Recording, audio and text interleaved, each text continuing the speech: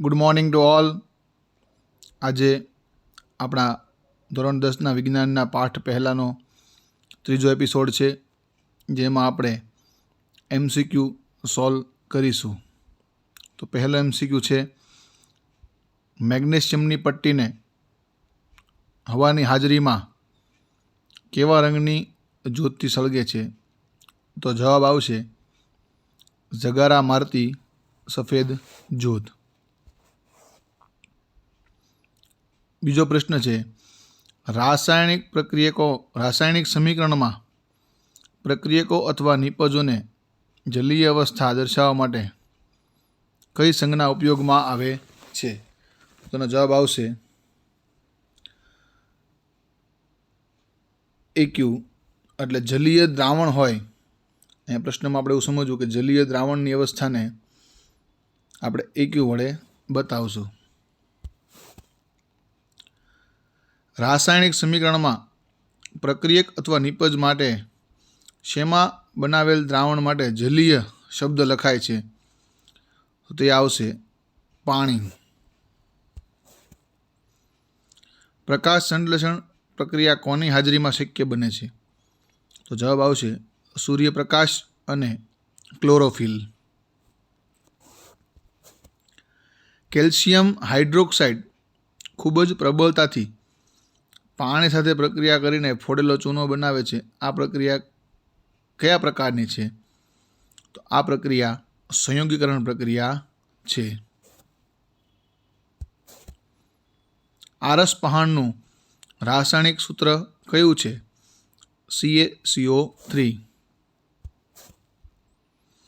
કોલસાનું સળગવું એ કેવા પ્રકારની પ્રક્રિયા ગણાય છે? તો તે આવશે સંયોગીકરણ, કે જેમાં કાર્બન અને ઓક્સિજન એકબીજા સાથે સંયોજાય અને કાર્બન ડાયોક્સાઇડ વાયુ બનાવે છે. એટલે આ જે સંયોગીકરણ પ્રક્રિયા આવશે. પ્રક્રિયાઓ કે જેમાં નિપજોના નિર્માણની સાથે ઉષ્મા મુક્ત થતી હોય તેને કેવા પ્રકારની પ્રક્રિયા કહી શકાય? તો તેમાં જવાબ આવશે ઉષ્મા ક્ષેપક પ્રકારની પ્રક્રિયા કહી શકાય. શ્વસન એ કેવા પ્રકારની પ્રક્રિયા છે? તો શ્વસન એ ઉષ્મા ક્ષેપક પ્રકારની પ્રક્રિયા છે. રાસાયણિક પ્રક્રિયામાં જો કોઈ એક જ પ્રક્રિયક તૂટીને વધુ સરળ નિપજ આપે તો તે કેવા પ્રકારની પ્રક્રિયા ગણી શકાય? તેને આપણે વિઘટન કહીશું. કે પ્રક્રિયક તૂટે છે, પ્રક્રિયક તૂટે એટલે આપણે તેને વિઘટન પ્રક્રિયા કહેશું. જસતની સલ્ફ્યુરિક એસિડ સાથેની પ્રક્રિયા થવાથી ઝિંક સલ્ફેટ અને હાઇડ્રોજન મળે છે. તો તેનું સમીકરણ કયું છે? તમે જોઈ શકો છો કે અહીંયા તેનું જે સમીકરણ જે છે તે આ પહેલું છે. આ પહેલું જે સમીકરણ જે છે, આ પહેલું સમીકરણ જે છે એમાં ચોખ્ખું લખ્યું છે ઝિંક વત્તા H2SO4 gives zinc sulphate plus H2. આ સમીકરણ યાદ રાખવું, ઘણી જ વખત આ સમીકરણ પૂછાયેલ છે. CaCO3 ને ગરમી આપવાથી એનું વિઘટન થાય CaO પ્લસ CO2. તો આ ગરમી આપવાથી વિઘટન થાય છે એટલે આપણે આને ઉષ્મીય વિઘટન કહેશું. સૂર્યપ્રકાશની હાજરીમાં સફેદ સિલ્વર ક્લોરાઇડનું ભૂરા રંગમાં રૂપાંતર થવાનું કારણ શું છે? તો કે AgClનું Ag અને Clમાં વિઘટન થવાથી સફેદ સિલ્વર ક્લોરાઇડ ભૂરા રંગમાં ફેરવાઈ જાય છે. શ્યામ અને શ્વેત ફોટોગ્રાફીમાં કઈ પ્રકારની પ્રક્રિયાનો ઉપયોગ થાય છે? તો AgCl અને AgBr બંનેના વિઘટનવાળી પ્રક્રિયા, એટલે A અને B બંને આવતું હોવાથી સાચો જવાબ C આવશે. કોપર કરતાં વધુ સક્રિય તત્વો કયા છે? તો તે છે ઝિંક અને લેડ. જો કોઈ પણ રાસાયણિક પ્રક્રિયા દરમિયાન પાણીમાં અદ્રાવ્ય પદાર્થ ઉત્પન્ન થાય તો આ પ્રક્રિયાને અવક્ષેપન પ્રક્રિયા તરીકે ઓળખાય છે. સોડિયમ સલ્ફેટ અને બેરિયમ ક્લોરાઇડને ભેગા કરવાથી બેરિયમ સલ્ફેટ અને સોડિયમ ક્લોરાઇડ બને. આ એક દ્વિવિસ્થાપન પ્રક્રિયા છે. રાસાયણિક પ્રક્રિયાઓ કે જેમાં પ્રક્રિયકો વચ્ચે આયનોની આપ-લે થતી હોય તેને દ્વિવિસ્થાપન પ્રક્રિયા કહે છે. જો તાંબાના ભૂકાને ગરમ કરવામાં આવે તો તેના પર કાળા રંગનું પડ જામે તો તે પદાર્થ કયો હોય છે? તો તે પદાર્થ હોય છે કોપર ઓક્સાઇડ. જો રાસાયણિક પ્રક્રિયા દરમિયાન એક પ્રક્રિયક ઓક્સિડેશન પામતો હોય અને બીજો પ્રક્રિયક રિડક્શન પામતો હોય તો આવા પ્રકારની પ્રક્રિયાને રેડોક્સ કહેવાય. કારણ કે આમાં ઓક્સિડેશન અને રિડક્શન બંને સાથે થતું હોવાથી આપણે આને રેડોક્સ પ્રક્રિયા તરીકે ઓળખીએ છીએ.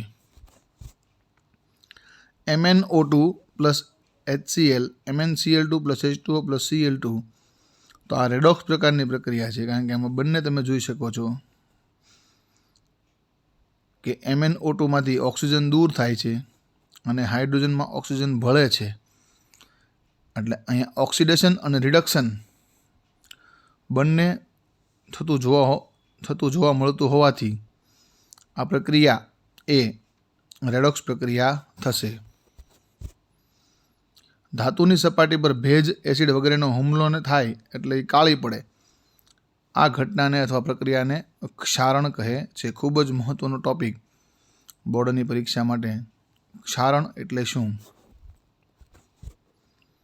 તેલ અને ચરબીયુક્ત ખાદ્ય પદાર્થો ખોરા થતાં અટકાવવા માટે તેમાં કયા પદાર્થોનો એન્ટીઓક્સિડન્ટ તરીકે ઉપયોગ કરવામાં આવે છે? તો તે આવશે નાઇટ્રોજન વાયુ. કઈ પ્રક્રિયા દ્વારા અદ્રાવ્ય ક્ષાર ઉદ્ભવે છે? તેનો જવાબ આવશે અવક્ષેપન પ્રક્રિયા. Al plus HCl gives AlCl3 plus H2 નું સમતોલિત સમીકરણ કયું છે? તો તેમાં આવશે બી. શા માટે બી? તરત આપણને ખ્યાલ આવી જાય કે અલગ અલગ તત્વો જે છે એલ્યુમિનિયમ, હાઇડ્રોજન અને ક્લોરિન એ એક બીજ સમીકરણમાં ડાબી અને જમણી બાજુ સરખા થાય છે. એટલા માટે આનો જવાબ આવશે બી. 10 ગ્રામ હાઇડ્રોજન વધુ પ્રમાણની હવામાં બળે છે તો ઉદ્ભવતા પાણીનું દળ કેટલું હશે? તો 90 ગ્રામ હશે. કારણ કે પાણીમાં હાઇડ્રોજન અને ઓક્સિજનનો ગુણોત્તર વજનથી 1:8 હોય. એટલે 1 ગ્રામની સામે 8 ગ્રામ ઓક્સિજન હોય વજનથી, તો 10 ગ્રામની સામે 80 ગ્રામ ઓક્સિજન થાય એટલે ટોટલ વજન થાય 90 ગ્રામ. તો જે 9મા ધોરણમાં આપણે ગુણોત્તર શીખ્યા હતા કે હાઇડ્રોજન અને ઓક્સિજનમાં જે વજનનો ગુણોત્તર હોય છે પાણીની અંદર એ 1:8 હોય છે. લેડ સલ્ફેટનું સૂત્ર કયું છે?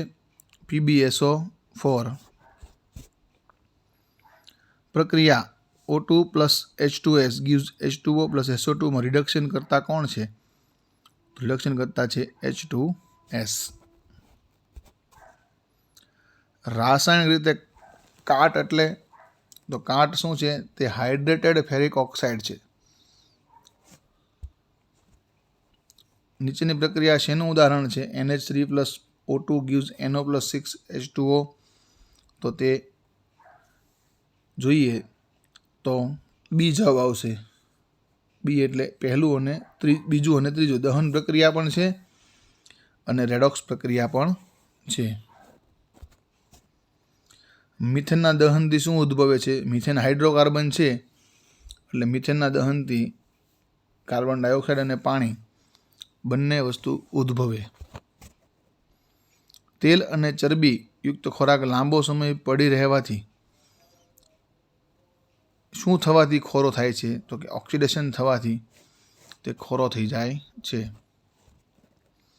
સિલ્વરની કલાકૃતિઓ થોડા દિવસ માટે હવામાં ખુલ્લી રાખવામાં આવે તો કયા પદાર્થ બનવાથી તે કાળી પડી જાય છે? તો એમાં Ag2S બનવાથી તે કાળી પડી જાય છે. જ્યારે મંદ હાઇડ્રોક્લોરિક એસિડ એ ઝિંક સાથે ધાતુ સાથે પ્રક્રિયા કરે ત્યારે ઉત્સર્જિત થતા વાયુને ઓળખવા માટે નીચેમાંથી શેની જરૂર પડે છે? તો તેમાંથી જરૂર પડશે આપણને સળગતી પટ્ટીની, કારણ કે હાઇડ્રોજન વાયુ એ પોપ સાઉન્ડ સાથે સળગશે એટલે આપણને ખ્યાલ પડશે કે એમાં હાઇડ્રોજન વાયુ ઉત્પન્ન થાય છે. જ્યારે ચૂનાના પાણીમાં કાર્બન ડાયોક્સાઇડ વાયુ પસાર કરવામાં આવે ત્યારે ખૂબ જ જાણીતો પ્રશ્ન છે, ચૂનાનું પાણી દૂધિયું બને છે. નીચેની પ્રક્રિયા માટે શું સાચું છે? તો જવાબ આવશે સી, પહેલું, બીજું અને ચોથું. આયર્ન ધાતુનું ઓક્સિડેશન થાય છે, પાણીનું રિડક્શન થાય છે, અને પાણીનું રિડક્શન, જેનું રિડક્શન થાય એને ઓક્સિડેશન કરતા કહેવાય. એટલે પાણી એક ઓક્સિડેશન કરતા તરીકે વર્તે છે. નીચેનામાંથી શેમાં ઉષ્મા ઉત્સર્જિત થાય છે? તો એલપીજીના બળવાથી ઉષ્મા ઉત્સર્જિત થાય છે. ઘરે આપણે ગેસ ઉપર જે વાયુ વાપરીએ છીએ તે એલપીજી છે, તો એના બળવાથી ઉષ્મા ઉત્સર્જિત થાય છે. H2 વાયુની O2 વાયુ સાથે પ્રક્રિયા કરવાથી પાણી બનવાની પ્રક્રિયા શેનું ઉદાહરણ છે?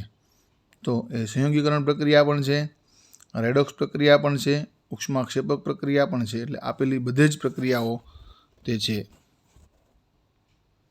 પ્રક્રિયા CuO + H2 Cu + H2O એ શું છે? તો એ આપેલ બધા જ છે, બરોબર છે. જેમાં CuO ઓક્સિડેશન કરતા છે, H2Oનું ઓક્સિડેશન થાય, H2નું ઓક્સિડેશન થાય છે અને વિસ્થાપન પ્રક્રિયા છે. એટલે આપેલ બધા જ આમાં જવાબ આવશે. તત્વ X એ ભેજવાળી હવાની અસર પામીને લાલ કથ્થાઈ રંગમાં ફેરવાય છે અને નવું સંયોજન Y ઉદ્ભવે છે. તો આ સંયોજન X અને Y કયા હશે? તો કથ્થાઈ રંગનો કાંટ આપણને ખબર છે કે આયરનને લાગે અને આયરન ઓક્સાઇડ જે છે, તો પહેલાં કાંટ ન લાગે એ પહેલાં આયરન છે અને પછી એનો કાંટ લાગવાથી આયરન ઓક્સાઇડ, એટલે X એ Fe આવશે અને Y છે Fe2O3 આવશે. નીચે આપેલ સમીકરણ સાચું બને તે માટેનો વિકલ્પ પસંદ કરો. તો આપણને ખ્યાલ છે કે કાર્બન ડાયોક્સાઇડ અને પાણી ગ્લુકોઝ બનાવશે, એટલે જવાબ આવશે C6H12O6. Thank you very much.